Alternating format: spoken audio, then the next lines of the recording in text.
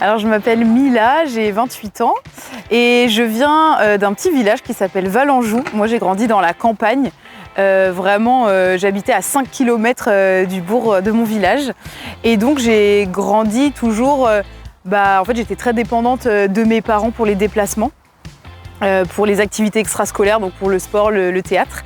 Et j'ai appris à me déplacer aussi toute seule, au début en vélo, après en scooter. Et à 18 ans, la voiture, elle est arrivée comme un grand sentiment de liberté. Voilà. Alors moi, je suis partie pendant 1 an en Pologne, de octobre 2023 à septembre 2024.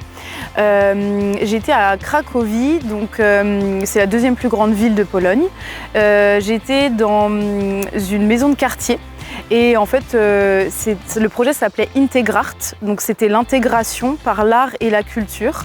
Donc on mettait en place tout un tas d'activités. Le but c'était de faire vivre la créativité et la démocratie auprès des habitants du quartier. Donc moi j'ai mené tout un tas d'activités avec les enfants, des activités ludiques, manuelles, sportives. J'ai créé un club de français aussi. Donc avec l'éducation non formelle par la cuisine, la musique. J'ai créé aussi un podcast qui s'appelait Plan B et on abordait des questions d'écologie, de féminisme, de créativité. Et puis j'étais avec 5 autres volontaires en service civique, tous et toutes européens comme moi. Donc il y avait 2 Allemands, un Lituanien, une Moldave et un Ukrainien et on faisait tous partie du même projet. Alors moi j'ai eu connaissance de ce projet donc via Famille Rurale et le Corps européen de solidarité, donc qui est un portail de volontariat européen sur lequel en fait il va y avoir tout un tas de missions possibles dans différents pays d'Europe avec des thématiques différentes en fonction de ce qui va t'intéresser. Donc il y a des questions d'écologie, d'accessibilité pour les personnes en situation de handicap, aussi pour les personnes demandeurs, demandeuses d'asile. Voilà. Moi j'ai choisi créativité et loisirs. Et puis sinon c'est une amie moi qui m'en a parlé il y a 5 ans. Voilà, donc c'est resté dans un coin de ma tête. Je suis partie pendant 1 an, mais je sais qu'il y a des missions, par exemple, juste d'1 mois. Ouais, moi j'avais des freins. Je dirais que j'avais 3 principaux freins. Le premier, c'était d'être seule. Parce que on est loin de ses proches, on est loin de sa famille. Après maintenant il y a les réseaux sociaux, donc c'est vrai que ça m'a vraiment rassurée. Et puis j'ai mes proches qui sont venus me voir aussi. J'avais aussi peur que ça se passe mal en fait là-bas, pour une raison ou une autre. Que le projet me plaise pas.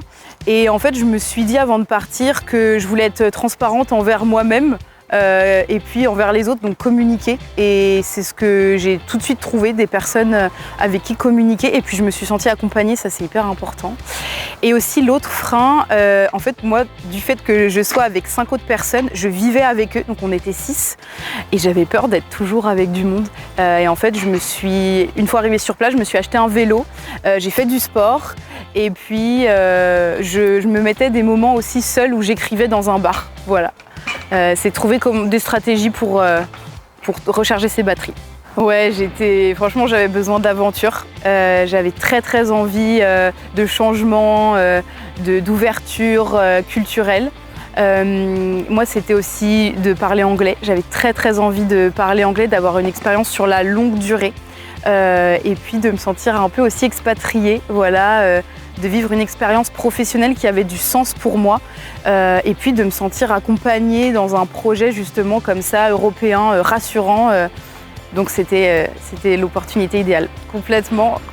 Et je recommande à 1000% aux futurs volontaires de partir, de trouver un projet qui a du sens pour eux, et puis qui fasse vivre des valeurs qui sont chères à eux. Voilà.